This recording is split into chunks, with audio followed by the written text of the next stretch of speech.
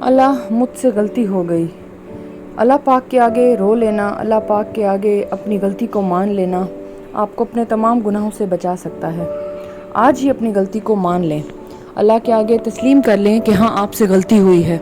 गलती की नौयत जो भी हो, कभी कभी छोटी छोटी गलतियाँ भी बहुत भारी पड़ जाती हैं। आपको चाहिए कि आप अल्लाह के आगे अपनी गलती का एतराफ़ करें, इस तरह का एतराफ़ जिसमें आप अल्लाह को बता रहे हों कि आइंदा मुझसे ये गलती इंशाअल्लाह नहीं होगी।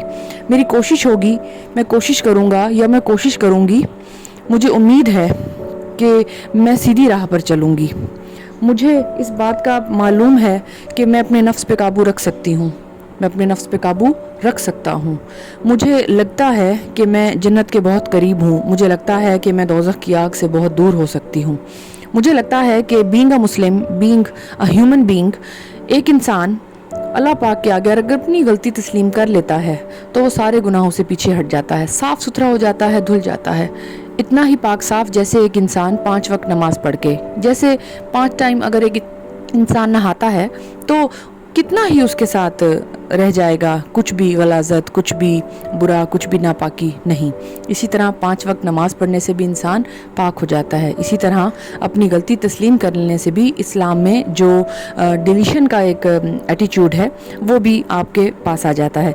डिलीट कर दी जाती हैं आपकी तमाम बुराइयां और नेकियां आप इंशाल्लाह मल्टीप्लाई कर लेंगे तो फिर वैसे ही आपकी कश्ती पार लग जाएगी। अल्लाह के आगे बैठकर थोड़ी देर रो लिया करें, उसे कह दिया करें कि हाँ मुझे पता है। लोग गलती करके मुकर जाते हैं, लोग गलती करके ये कह देते हैं, अपना रांझा राज़ी कर लेते हैं, दिल को राज़ी कर लेते हैं, सब करते हैं। This is the very bad thing कि जब लोग अपने आप को इस तरह राज़ी कर लें कि सब करते हैं तो ठीक है, फिर सब मिलकर ग्रुप बनाकर जहन्नुम में जाएंगे। ठीक है, ऐसे ठीक है, सब करते हैं, सब एग्जाम्स में नकल करते हैं, मैं भी करूँगा, कहाँ जाएगा फिर आपका फ्यूचर। सब लोगों को धोखा देते हैं, मैं भी दूंगा, कहाँ गई आपकी नस्ल, कहाँ गया आपका किसी भी तरह का अच्छा एटीट्यूड, कहाँ गया आपका आने वाला ज़माना, आने वाला वक्त जिसमें आपने ग्रोथ करनी थी, कुछ भी नहीं। मैं लोगों की गिबत करूँगा, सब करते हैं। आप और आपका अल्लाह, क्या आप अपने आप को इस चीज़ की इजाज़त देते हैं कि आप अपने रब को अपने आप से नाराज़ कर लें? नहीं। देखें, छोटी छोटी इंसान की गलतियां इंसान जब इकट्ठी करता रहता है बहुत ज़्यादा चीज़ों में फंसता चला जाता है, धंसता चला जाता है।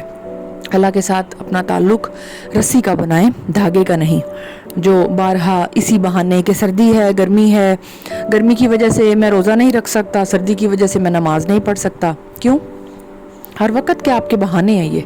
अपने बहानों को कम करने की कोशिश करें और अपनी गलती को तस्लीम करें। जो हो गया सो हो गया, आगे बढ़ें और आज से ही इस बात को सामने लेकर आएँ, बरूए कार लेकर आएँ, मौजू बनाएं इस बात को कि हाँ मैं एक सच्चा मुसलमान हूँ, मैं एक सच्ची मुस्लिम हूँ और मुझे नमाज़ पढ़नी है। पहला सवाल कब्र में नमाज का होगा। नमाज, दीन इस्लाम, इन चीज़ों से आप मुकर नहीं सकते। आप इनको जितना भी इग्नोर कर लें, इग्नोरेंस कभी भी इस्लाम से नहीं हो सकती। आप अपने रब को इग्नोर नहीं कर सकते। He is notifying you, he is always watching you, he is notifying whatever you are doing in the life. So आपको सही और गलत का रास्ता बता दिया गया है, तो फिर क्यों ना उसको अपनाया भी जाए। सुनते भी हैं, सुनते समझते भी हैं, लेकिन अप्लाई नहीं करते। इम्प्लीमेंटेशन में इतनी देरी क्यों है? कितनी टाइम लगता है, कितना लगता है वक्त नमाज पढ़ने में? 2 मिनट्स, 3 मिनट्स, 5 मिनट्स हार्डली। अच्छा पढ़ने वाले, अल्लाह से बात करने वाले, लंबी लंबी दुआएं मांगने वाले तो 20 मिनट तक भी चले जाते हैं। कुछ कम की कैटेगरी में 10 मिनट लग जाते हैं। तो क्या 10 मिनट कोई वैल्यू रखते हैं? 10 मिनट आपकी ज़िंदगी में? हाँ, जब आखिरी सांसें चल रही हो और तौबा का दरवाज़ा बंद हो रहा हो तब तो 10 सेकंड भी बहुत ज़्यादा आपके लिए मायने रखेंगे। बातों को समझने की कोशिश करें। चीज़ें इतनी मुश्किल नहीं है जितनी आपने बना ली है। इस्लाम एक बड़ा सादा सा मुकम्मल दीन है, उसको अपनाने की कोशिश करें। वो आपसे मांगता ही क्या है? सिर्फ अपने रब की रज़ा।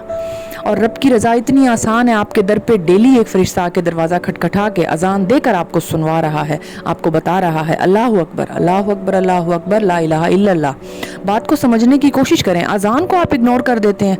वैसे तो बहुत सारे गाने, ढोल ढमक्के आपको बहुत समझ आते हैं। मत करें ऐसा अपने साथ। थोड़ा सा बैलेंस रखने की कोशिश करें। मैं ये नहीं कहती कि आप कोई भी ऐसी चीज़ जो आपको खुशगवार मूड देती है वो ना करें। चलें, आपका ड्रामा देखने का दिल करता है, जबकि टीवी देखना भी वक्त का ज़िया है। आपका कोई भी और ऐसा अच्छा काम करने का दिल करता है, कोई छोटी मोटी पार्टी कर रहे हैं, टी टाइम मना रहे हैं, चलें। कुछ भी, कोई गेम खेल रहे हैं, चलें।